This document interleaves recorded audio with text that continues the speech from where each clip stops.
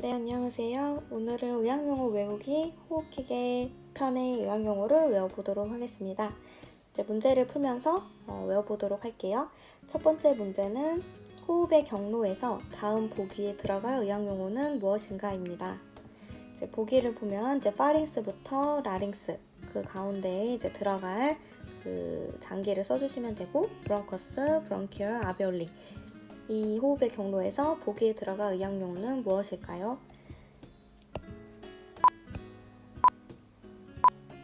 네, 정답은 트라키아 기관입니다. 그래서 이제 호흡의 경로에서 라링스 다음에 이 트라키아라는 기관이 나오고 그 다음 브론커스로 이 호흡이 지나가게 되는데요.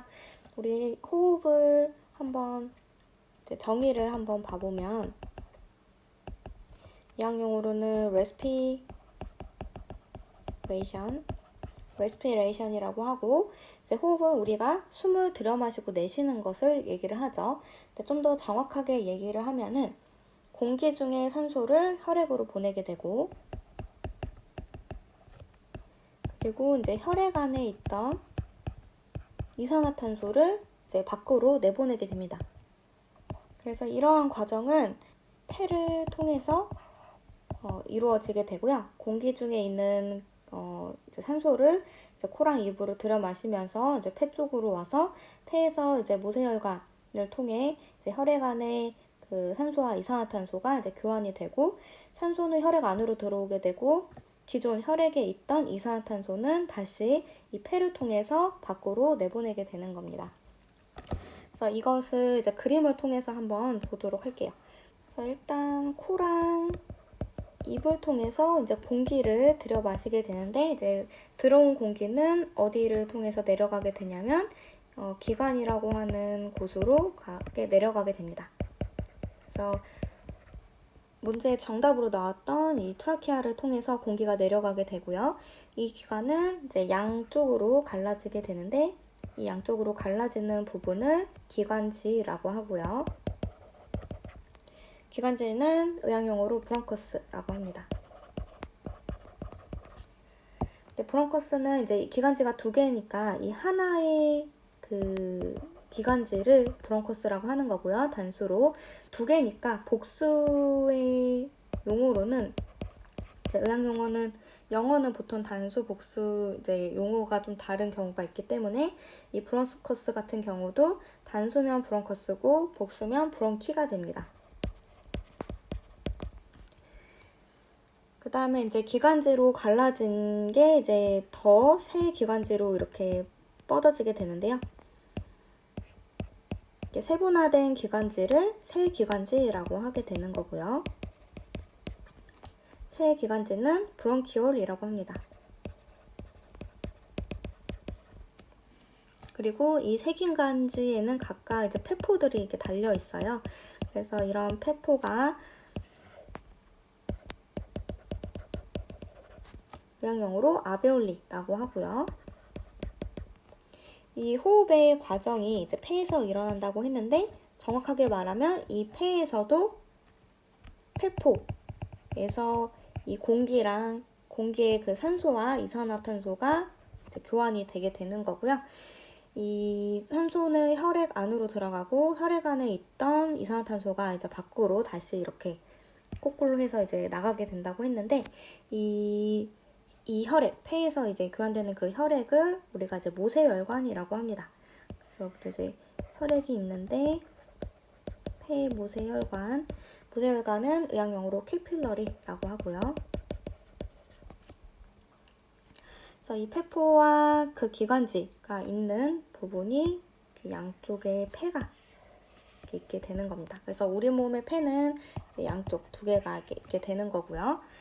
그리고 이 호흡의 경로를 한번 정리하기 전에 이번 문제를 같이 풀어보면서 정리를 한 번 더 해보도록 하겠습니다. 이번 문제는 위 보기에서 성대가 있는 곳은 어디인가? 라는 겁니다. 네, 정답은 라링스 후두입니다.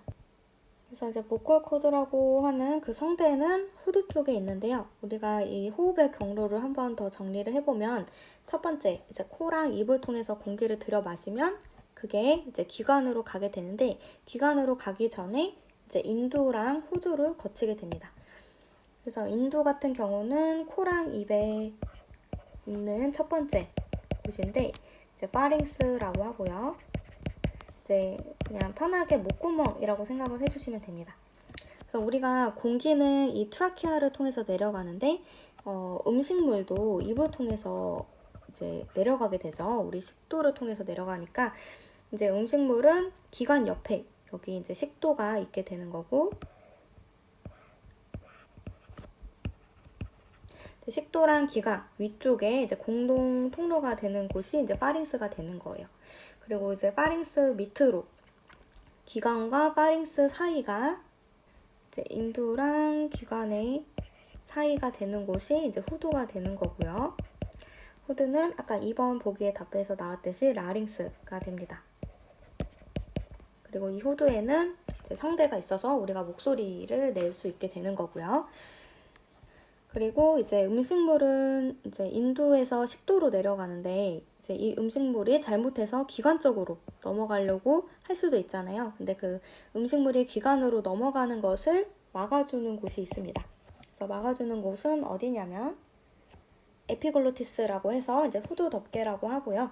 그래서 덮개니까 뭔가 후두의 뚜껑이라고 생각을 해주시면 됩니다. 그래서 이 뚜껑 같이 음식물이 식도로 가야 되는데 기관으로 들어오려고 하면은 딱 뚜껑이 딱 닫히면서 이제 기관으로 넘어오지 못하게 이제 막게 되는 거고요.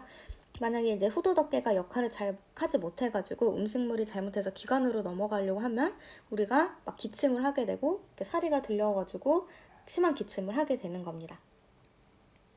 그래서 이제 정리를 한번 해보면은 다시 이제 코랑 입을 통해 공기가 들어오는 게 이제 공기는 이제 기관이라고 하는 곳으로 내려가게 되고, 이 코와 입과 기관 사이에는 인두라고 하는 그 장기가 있고, 인두는 이제 목구멍이라고 생각을 해주시면 되고요. 그 다음에 인두 밑으로 라링스가 있어서 이제 후두가 되는데, 후두에는 이제 성대가 있다. 그래서 이제 공기가 인두 후두를 거쳐서 이제 기관에 가게 되고, 1번 답으로 나왔던 트라키아를 거치게 되고, 이 기관으로 내려간 공기는 양쪽으로 나뉘게 되는데, 그 양쪽으로 나뉘는 곳이 이제 기관지 브론커스가 되고요. 이제 복수로는 브론키라고 한다. 그리고 이제 기관지에서 이렇게 더 뻗어나가는 나무가지처럼 더 뻗어나가는 것을 세기관지라고 하고, 이항용어로는 브론키얼이라고 하고요. 그리고 새 기관지에는 이제 폐포가 다 달려 있어서 이 폐포와 이 폐 안에 있는 모세혈관 캐피러리 사이에서 이제 산소랑 이산화탄소가 교환이 되면서 이제 호흡을 하게 되는 거다. 이렇게 정리를 해주시면 됩니다. 그리고 이제 추가적으로 기관이랑 기관지 사이에 기관이랑 기관지 사이 이제 갈라지는 부분을 우리가 이제 카리나라고 해요. 카리나. 그래서 이제 카리나는 우리나라 용어로는 뭐 기관 분기부 용골이라고 하는데, 이 카리나라는 그 용어도 같이 알아두시면 될 것 같습니다. 기관에서 기관지로 나뉘는 곳을 카리나라고 한다까지 정리를 해주시면 좋을 것 같아요. 이제 다음은 3번 문제. 좌우 폐 사이의 공간으로 심장, 대혈관, 기관, 식도 등 기타 조직을 포함하고 위쪽으로는 경부, 목이 있고 아래쪽으로는 횡격막, 경계가 지어지는 곳은 어디인가 입니다.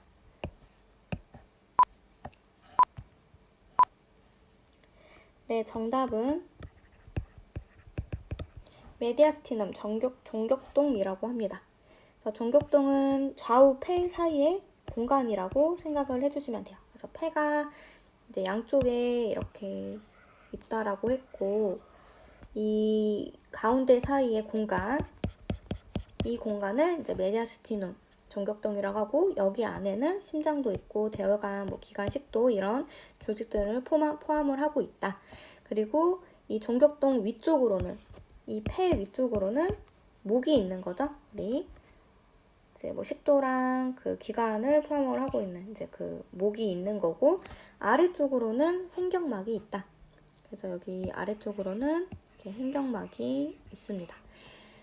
그래서 4번 문제 같이 보면은 4번 문제 흉관과 복강을 나누는 근육성 막을 무엇이라고 하는가? 그래서 이 4번의 정답이 횡격막이 되는 겁니다. 그래서 횡격막은 의학용어로 다이어프레임이라고 하고요.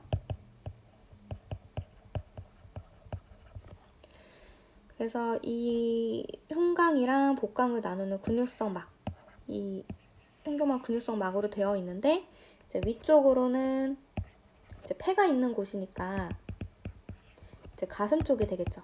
그래서 가슴 쪽이니까 여기가 흉곽이 되는 거고, 그리고 아래쪽으로는 이제 그 장들이 있죠. 그래서 막 소장이랑 이제 대장을 거쳐서 이제 음식물 같은 경우는 항문을 통해서 이제 배설을 하게 되잖아요. 그래서 이 밑에는 이제 복부, 배 쪽이니까 이제 복강, 배, 복부 쪽이 되어서 이 흉곽 쪽과 복강을 나누는 거, 가슴과 복부를 나누는 이 근육성 막은 횡격막이 되는 겁니다. 그다음 마지막 5번째 문제는 폐는 총 몇 개의 여부로 이루어져 있는가입니다.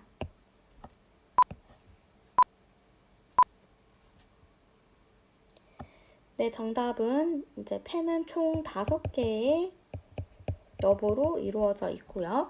이제 5개의 여부로 이루어져 있고 각 옆마다 이제 약어로 많이 차트에서 쓰이기 때문에 그것을 같이 알아두면 좋습니다. 그래서 그것을 같이 한번 외워보도록 할 건데요. 일단 이제 오른쪽 폐랑 왼쪽 폐를 한번 이제 그려볼 거고, 우리 이제 해부학적 위치는 이제 좌우가 바뀌게 되니까 이 왼쪽으로 보이는 곳이 오른쪽이 되는 거고요.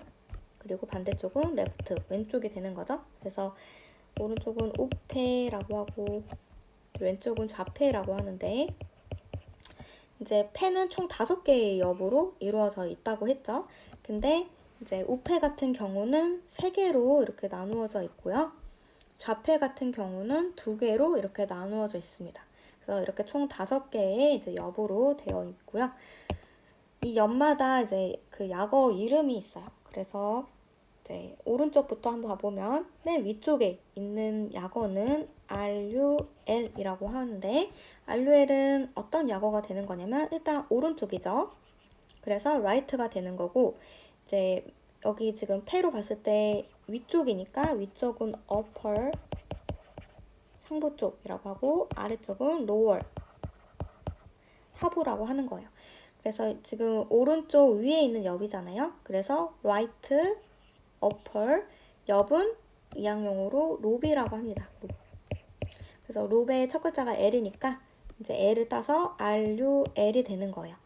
그러면 이제 중간에 있는 경우는 right, 그리고 중간은 middle이잖아요. 그래서 이 중간은 middle, 그래서 M을 따고요.